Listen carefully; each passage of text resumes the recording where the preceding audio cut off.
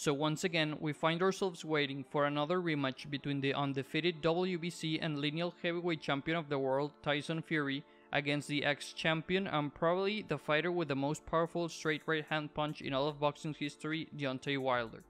I feel like most of us wanted Fury to fight Anthony Joshua next, and for a while that seemed to be very possible, but we can't be that surprised about this rematch against Wilder since we all knew Fury had signed a contract saying the third fight against Wilder had to happen. So now we wait for April 24th since that's the day we get to see these two clash once again. As far as what to expect from both fighters, I think Tyson Fury will try to do the exact same thing he did last time. He will once again weigh in heavier than Deontay Wilder in order to attempt to knock him out once again. Let's remember that Tyson Fury's plan is to exploit the fact that Wilder isn't good fighting while going back.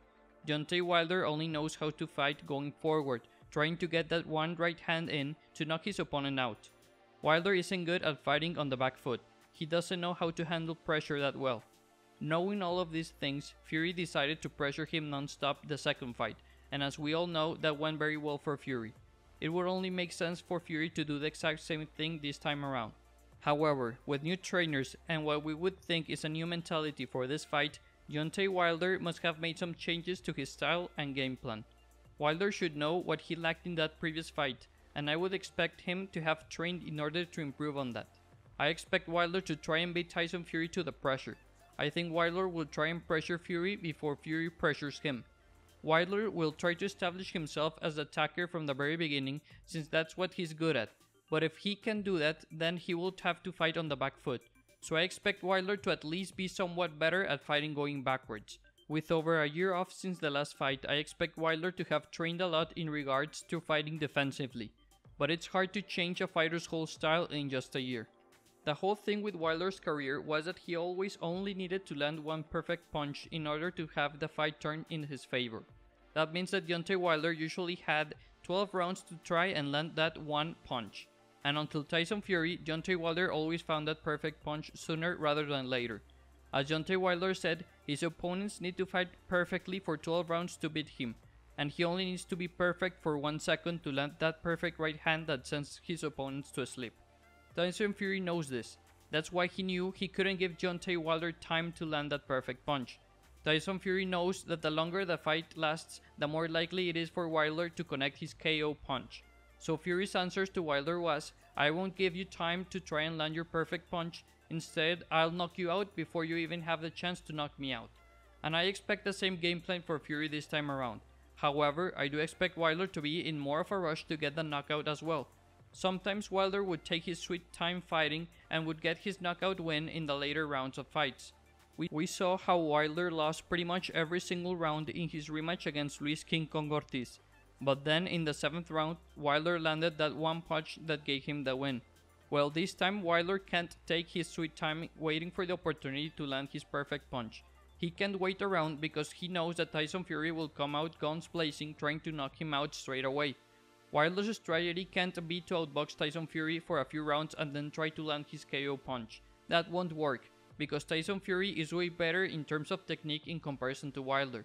Tyson Fury will outbox Deontay Wilder any day, so that's out of the question. Wilder can't give in into the pressure once again and fight on the back foot, because last time he tried that out he got dropped twice and the fight got stopped. So the only thing that's left for Wilder is for him to try and knock out Tyson Fury from the very first round.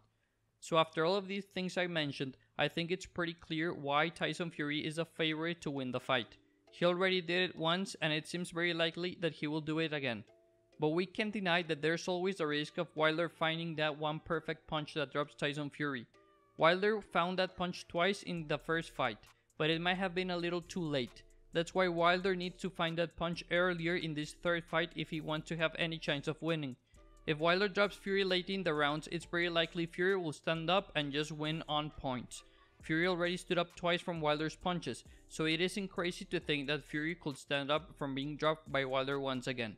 So I know this is not the fight that most of us wanted, but it's a fight that everyone in the world will watch.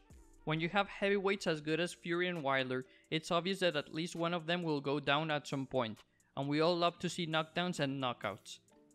In terms as to how important this fight is for both of them, well, if Tyson Fury wins, then he probably goes on to fight Anthony Joshua as it was initially planned. However, if Fury loses, then he will probably have to say goodbye to that unification fight with Joshua for a little while. If Fury loses, I would expect him to try and get the rematch against Wilder once again. He would try and make the fourth fight happen.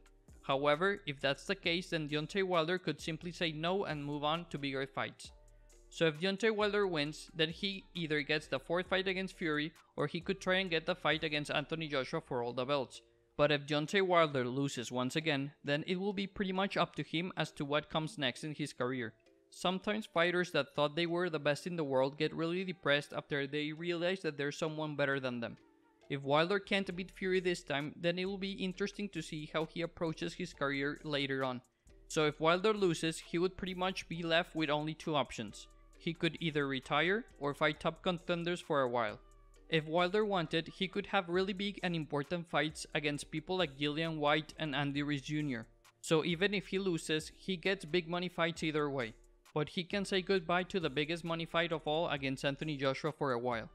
So pretty much the winner of this fight gets to fight Anthony Joshua, unless Wilder wins and wants to fight Fury for a fourth time, while the loser will not get big fights against Joshua anytime soon, but could potentially have big fights against big names and contenders in the division. But what do you think? Do you think Deontay Wilder still has a chance of beating Tyson Fury? Or has Tyson Fury figured out how to beat Wilder every single time? Don't forget to leave your opinions in the comment section below.